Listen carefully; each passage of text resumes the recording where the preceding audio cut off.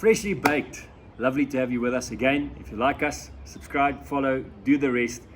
But this morning, today, whenever you're listening to this, I want to be speaking and continuing around this theme of the kingdom.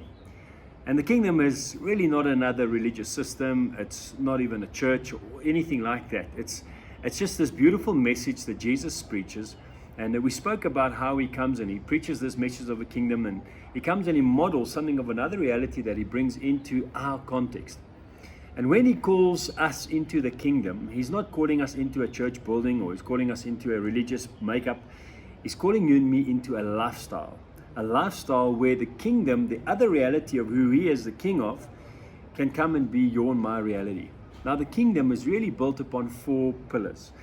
But before I get to the four pillars, I really want to touch on Jesus having one message, which is the kingdom. He comes and he demonstrates that kingdom, and then he sends out his disciples with the very same message.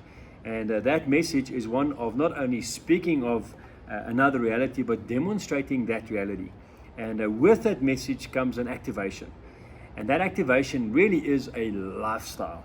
And that's the invitation of the kingdom. The kingdom is inviting you and me into much, much more than a religious background, a religious expression. It's calling you and me and inviting you and me into a reality that can change your life and can change lives of those around you.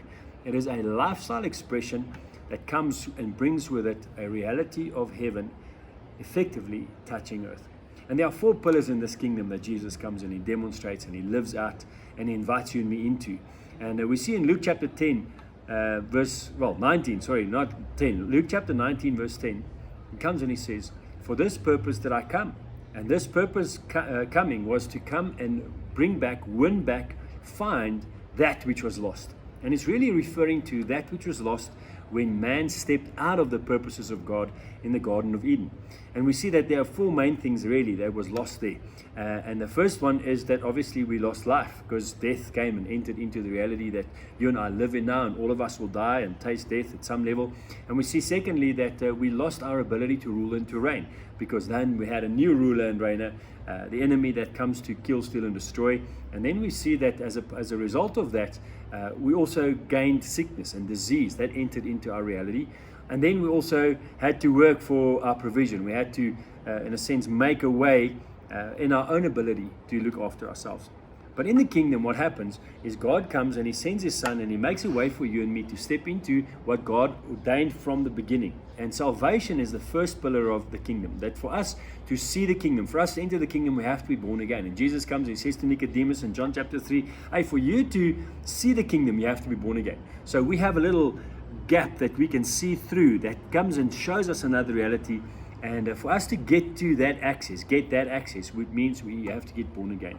And when we get born again, then the door opens wide for you and me to now enter into the kingdom. And that's what Jesus said to Nicodemus in the same portion of Scripture, John 3. He says that for you to enter the kingdom, you have to be born of water and born of the Spirit, which really is baptism of water, baptism of the Spirit, which means that we get activated in this new reality, which we call the kingdom. And then what happens is, as you and I now live in this life after we got born again, and we now have access to the other three pillars of the kingdom, which then makes this news an incredibly good news. And that's why it's called the gospel, the good news. And that is that we can now gain rulership again in our own lives. And you and I now have the ability to take authority over our own lives and start living in a way that's pleasing to ourselves when it comes to our mandate, our purpose, but also pleasing unto the Lord. And you know what I love about Jesus? He says that if your first concern is to find yourself, you lose yourself. But if your first concern is to look for him, you'll find both him and yourself. And that's exactly what happens when you and I engage in this kingdom, this lifestyle of, hey, I can now actually rule my own life. I can make the right decisions. I no longer have to be bound under what I don't want to do. You know, and as Paul writes about it in Romans, says, hey, this was I don't want to do, I do, and that which I do want to do, I don't do. And it's really referring to you and me prior to the moment where we step into the kingdom. And then the third thing that happens is that as we start taking rulership of our own lives, which really in some ways means that we are delivered from the oppression and the possession of the enemy, then what happens is we also have access to complete healing, utter touch from heaven. And we have seen so many people healed, and we have experienced healing ourselves. And unfortunately, we don't have a full 100% track record, but we are in pursuit of that which the kingdom brings to us, which is healing. And then lastly, we see that the kingdom brings with it also provision. And God comes and he demonstrates that through Jesus. Often when he comes, he takes the 5 loaves and the 2 fish, and he takes the 7 loaves and he makes it into more than enough. Jesus is not stingy, but he's a great steward. And in this kingdom, God comes and he brings those things for us. And this gets confirmed by the particular word that Jesus uses when he says, for this reason came the Son of Man came, and that is to save that which was lost. And that word save there is the Greek word called sozo. And sozo can really mean 3 things, one of 3 things. And it can be replaced by any one of these 3 meanings. Which the first one is salvation. My debt is paid. That's really what that word means.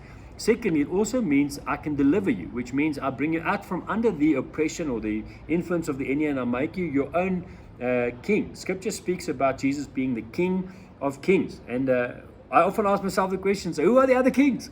And the other kings, really you and me, of which Jesus is the king, and you and I get to be kings with him, but he gets to be the King of Kings. And he's preparing you and me to rule and reign with him in eternity. When he comes back, he's saying, well, you and I will reign and rule with him. And we see even in Luke chapter 19, just a little bit further, he says, listen, when I come back, I'm going to say, well, what have you done with what I've given you to do? The minas is the parable. And then whoever did well with what God gave them, he says, oh, well done. Here's 10 cities to rule. Here's 5 cities to rule. Here's 9 cities. And we are going to actively engage in rulership with him. And that second word means that you and I get to come back to the place where we are delivered. And then it also speaks about you and me being healed. The same word means healing. We're made whole in our physical bodies. The kingdom has got incredible good news with it. And the kingdom brings with it salvation, brings with it deliverance, brings with it healing, and it brings with us provision. There's an invitation for you and me to come into this lifestyle of living in a new way, where there's no sickness, no disease, where there's no rulership that comes to break us, but rulership to come and help and restore us, and then that we can be provided for. God speaks of it in his word, and he says he even gives to his children while they sleep. I'm not saying we stop working and all those different kind of things, but God comes and makes a way for you and me in this new kingdom where we live with another reference and another reality.